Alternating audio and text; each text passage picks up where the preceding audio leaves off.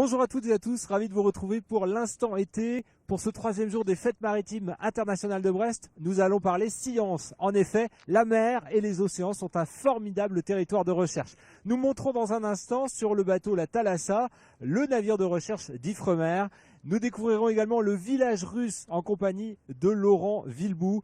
Et puis, nous n'oublierons pas la brève de quai de Steven Leroy avant de rejoindre Carré et l'équipe aux Vieilles Charrues.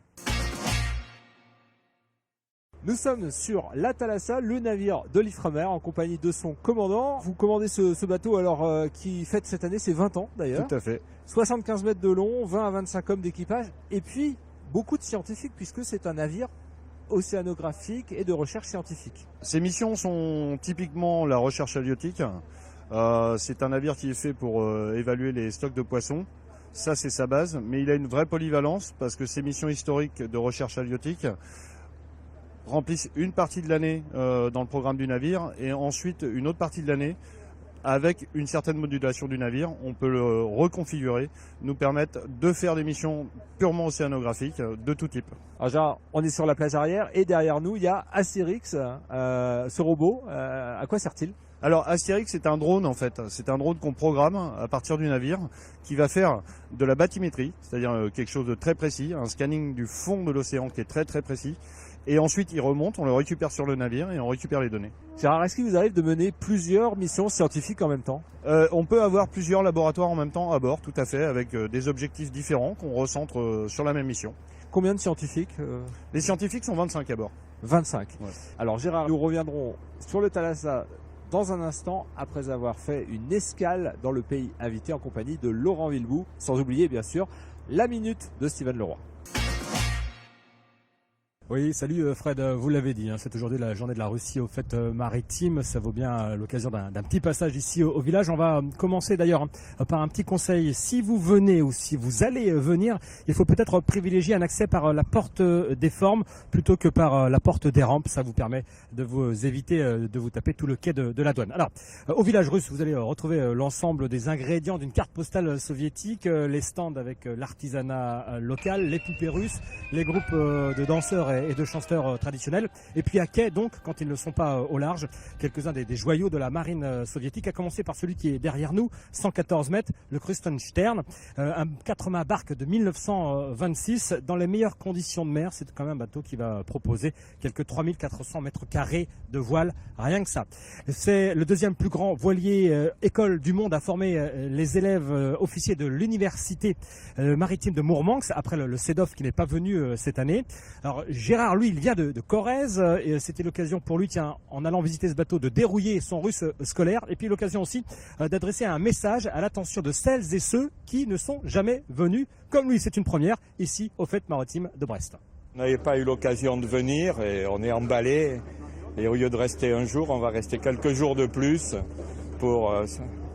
on voyage à partir des quais ou sur ces bateaux-là sans aller très loin et on fait le tour du monde. Non, on rêve. Voilà donc pour ce visiteur séduit, et il n'est pas le seul, il y a du monde sur le village russe qui se situe juste après le village de la Mélanésie. Et puis notez aussi par ailleurs que s'il y a du monde, c'est parce qu'il y a, outre le Thalassa sur lequel vous vous trouvez Fred, un autre bateau, celui de la marine française, la frégate Aquitaine, une frégate qui a enregistré quelques 2500 entrées sur la seule journée d'hier, jeudi 14 juillet. Ceci explique cela. Voilà. Demain, on se retrouve sur un autre village, celui des champions, les nouveaux champions d'Europe de football, le Portugal. On parlera sardines et sistership. Ouais, comment c'est avec toi, troisième jour de fête, et je te rappelle aujourd'hui, la thématique quand même de la semaine, c'est nos amis parisiens sont les bienvenus, quoi. Surtout en ces jours-ci, quoi, parce que ça a dû leur rappeler des trucs, ce qui s'est passé à Nice avec l'autre enculé, parce qu'il n'y a pas d'autre mot. Bon, une fois qu'on a dit que c'était un autre enculé, parce que c'est vrai, il y a quand même des trucs quand même pour nos amis parisiens qu'il faut qu'ils soient bien chez eux. Je t'ai rappelé qu'il faut qu'il pleuve, je t'ai rappelé qu'il faut qu'il y ait des marinières, je te rappelle maintenant qu'il faut qu'ils mangent mal pour très cher. C'est-à-dire qu'il ne faut pas qu'ils viennent là. 9,80 avec des produits locaux, les mecs ils sont paumés. Hein. Ils sont sur les Champs-Élysées, pour eux ça coûte un demi-smic ici. À la Cambus, pareil, t'as des casse-dalles terribles à 3,20, les mecs ils sont à l'impression que t'es chez les Romano. Hein. Attends. Alors qu'il y a des gars qui se sont vraiment bien adaptés dans la fête. Des gars bien. Par exemple, galette saucisse 8,50 avec de la farine de blé noir congelée et une saucisse Naki. Là les mecs ils sont bien, tu vois, ils se retrouvent bien chez eux en se disant tiens, c'est des bons tarifs 8,50 pour de la merde. 6 € une bignouse en haut, pareil, les mecs ils se disent relax, tranquille, on est chez nous, 6 €, t'es 5, 30 balles, admis-smic, parfait. De la même façon, un kebab à 11 €, il y en a, et ben ça pour eux, bon, c'est presque un peu donné quoi. Bon, et à part ça, si t'es pas parisien, t'as le droit de manger convenablement et de pas te faire escroquer par des mecs qui sont sur la fête et qui sont là pour se faire des couilles en or avec de la merde. Et à part ça, t'es pas à l'Elysée, où tu manges mieux pour le 14 juillet, enfin avant les attentats. Retour sur la Thalassa avec Gérard Bourret, le commandant. Commandant, on peut visiter ce bateau par groupe et vous avez mis un point d'honneur à vraiment expliquer les différentes missions de ce bateau. Voilà, tout à fait. Donc, on a une visite qui dure 45 minutes dans lequel, dans le navire, il y a des points fixes avec des scientifiques et des marins qui racontent la vie du navire, la vie de l'équipage, ce qu'on fait à bord de ce navire. Et apparemment, les gens sont enchantés à la sortie. Bon, merci beaucoup Gérard de nous avoir présenté ce bateau que vous commandez et qui repartira en mission dès le lendemain des fêtes maritimes. Pour notre part, on rejoint Carhaix avec l'équipe qui est aux Vieilles Charrues. À tout de suite.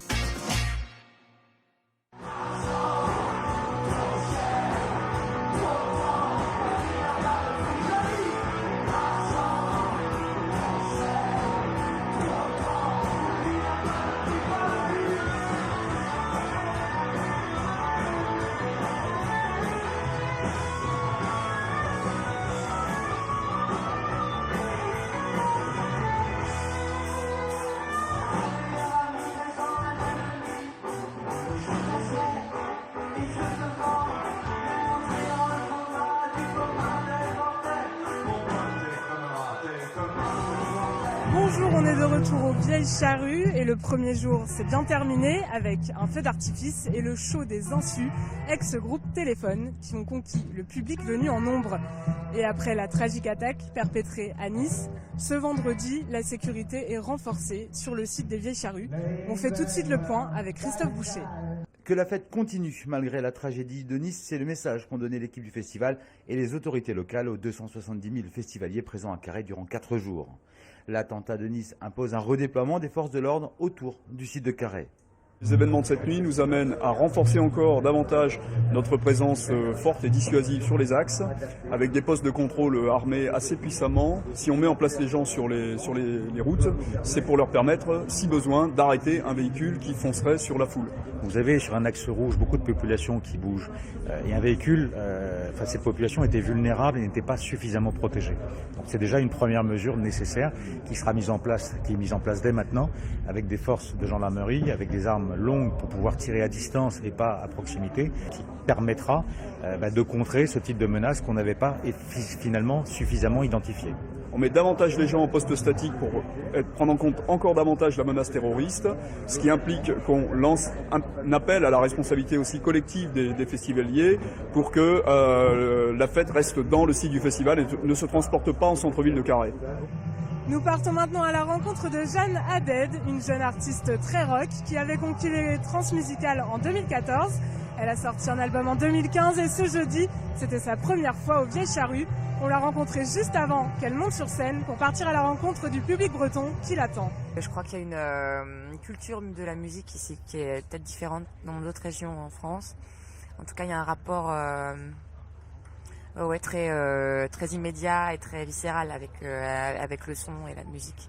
Et quand tu es sur scène, du coup, ça renvoie beaucoup d'énergie et c'est plus qu'agréable. Donc là, vous êtes vraiment à fond dans le rock, mais vous avez commencé par le jazz, par le classique. Est-ce que ce tournant-là, c'est vraiment votre voix maintenant ? Bah oui, c'est un tournant qui est le tournant de passer d'interprète à auteur-compositeur. Du coup, s'il y a quelque chose de très personnel et très important pour moi, c'est-à-dire que le fait d'avoir fait ce disque, c'est quelque chose qui a changé ma vie. De manière profonde, pas simplement sur l'extérieur. Est-ce que vous avez besoin aussi d'avoir des moments où vous êtes vraiment sur des grandes scènes et des moments où on est beaucoup plus proche du public? C'est important pour un artiste? Ce qui est important, c'est de découvrir des choses. Et là, par exemple, une scène comme ce soir, j'ai jamais fait ça. Et on a eu la chance que les choses sont arrivées, elles sont faites doucement. C'est-à-dire que quelque part, jamais on a mis la charrue avant les bœufs, je sais pas comment dire ça, enfin, la charrue, Ça tombe bien. Merci beaucoup, hein, Jeanne Adèle. Bah, merci à vous. Et on vous laisse vous préparer pour votre concert. Ça marche, merci beaucoup.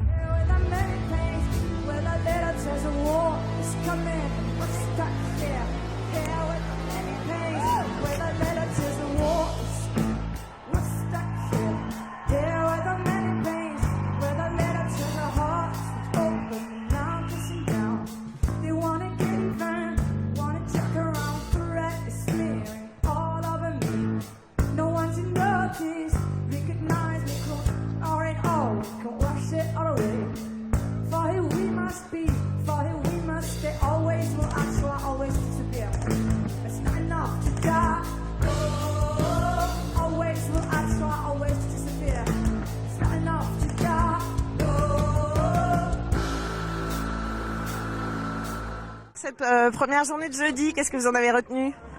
Franchement génial, sous un beau soleil en plus, c'était trop bien, surtout les insus. C'était sympa les insus, après on a vu aussi Mickey 3D. L'apéro était bon hier soir. Ouais.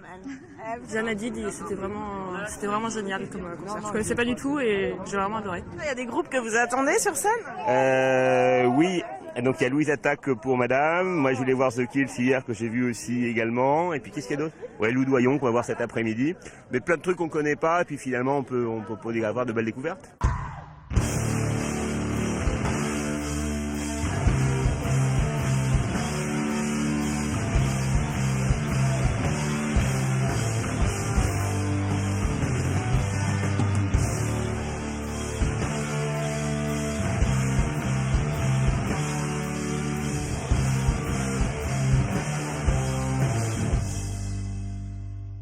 L'instant été, c'est terminé pour aujourd'hui. Demain, on se retrouve ici à Carhaix et aussi à Brest, aux Fêtes Maritimes. On the meeting,